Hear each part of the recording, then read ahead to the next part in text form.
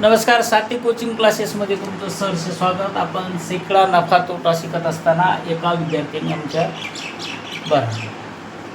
विद्यार्थ्याने प्रश्न दिलाय. सर, एका दुकानदाराने 1/3 वस्तू 16% नफ्याने विकल्या व उर्वरित जे काय राहिल्या होत्या त्याच्यात त्या वस्तू 10% नफ्याने विकल्या तर एकूण नफा असा त्याने प्रश्न विचारलेला आहे. आपल्याला याचे उत्तर काढायचं आहे.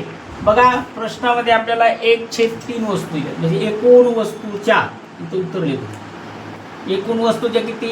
1/3 म्हणजे एका वस्तूच्या 1/3 भाग त्याने काय केला, त्या वस्तू विकल्या. मग इथं आपण लिहू विकल्या, बरोबर. वस्तू विकल्या दे ना, वस्तू विकल्या. आता काय करायचं आपल्याला?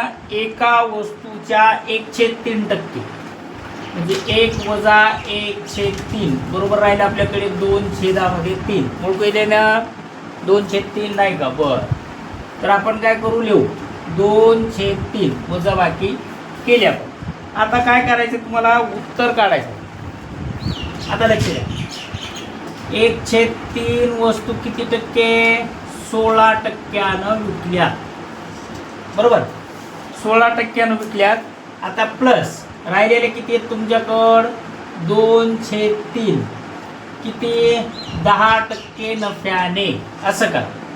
आता काय करा, 16 आणि 1चा गुणाकार करा. 16 × 16 छेदामध्ये 3 राहिले तुमचं, बरोबर. आणि हे नफा होता. आता हे बेरीज, मग बेरीज 10 आणि 2चा तुम्हाला करायचा आहे गुणाकार. केला? हो. किती आला? 20. छेद किती? 3.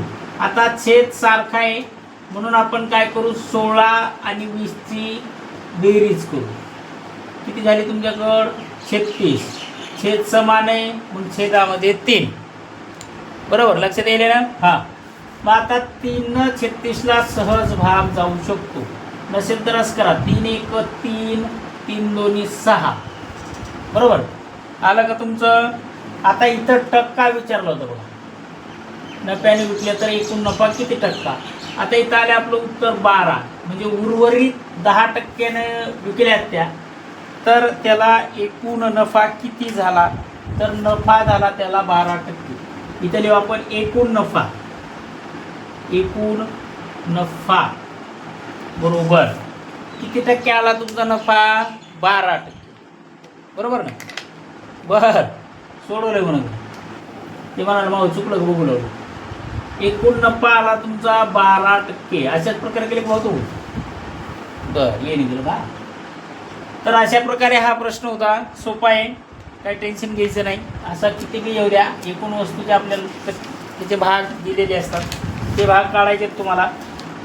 आपण पुढं पण शिकणार आहोत.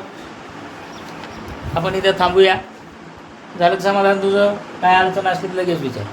इकडं नाही का? बरं. पुन्हा कोणाला रे समस्या आहे काही?